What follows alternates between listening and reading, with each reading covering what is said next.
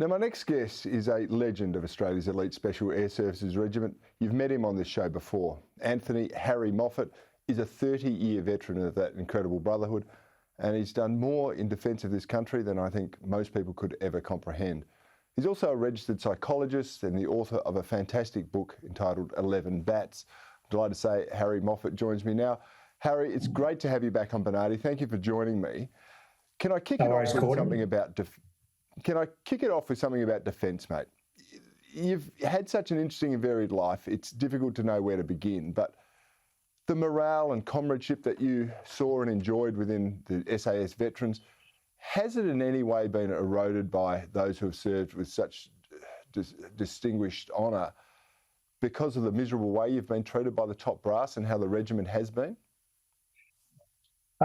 Look, I think it's been a testing year, Corey. There's no doubt about it. We're coming up to a year since the Brereton report was released, and that set off a range of emotions from disbelief to anger, frustration, a bit of shame in parts. So lots of hard work to be done. But I think the regiment's, as a unit, my understanding is that it's just getting on with business. There's a lot of hard work going on inside the unit.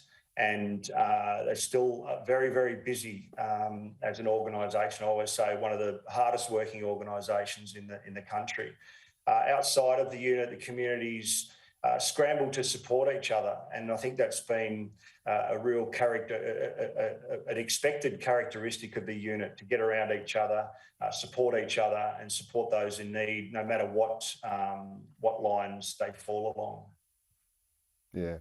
I tell you what was an emotional time was actually reading your book, 11 Bats. It's a fantastic book. I recently passed it on to my nephew, and I tell everyone at home it is a cracking read. It's a tale of hope, of heartbreak, resilience, mateship, and massive sacrifice.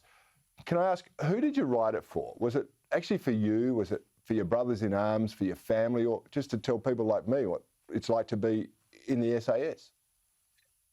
Look, initially it started as just hopefully a therapeutic process. I travelled to England, took a room above a pub and wrote, like journaled and wrote a bunch of stories.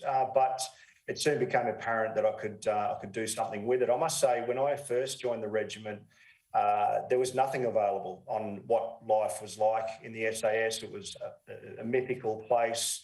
How to prepare mentally, socially, not only physically.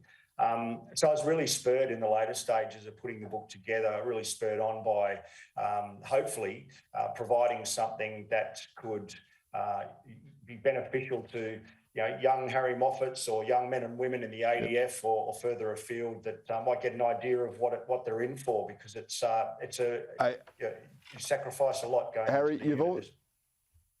but there's another dimension to you. You are the lead singer of the world's only original Spec Ops band, The Externals.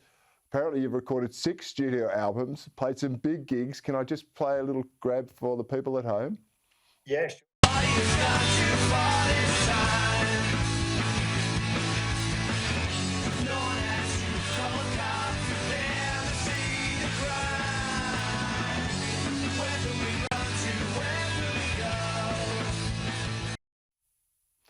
Now, you've got a new album coming out, number 7, I understand. Is that right?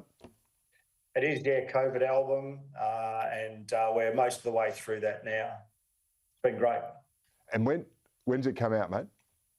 We'll come out early next year. At the moment, we're really focused on an initiative of veteran musicians putting a compilation album together, Rock for R&R. So we've done our recording for that and getting everybody together. But the Externals will be back larger than life early next year. We'll come to Queensland, Perth, and every other state, hopefully. That's fantastic. You are inspiring another generation of soldiers. You're supporting those who have served our country so well.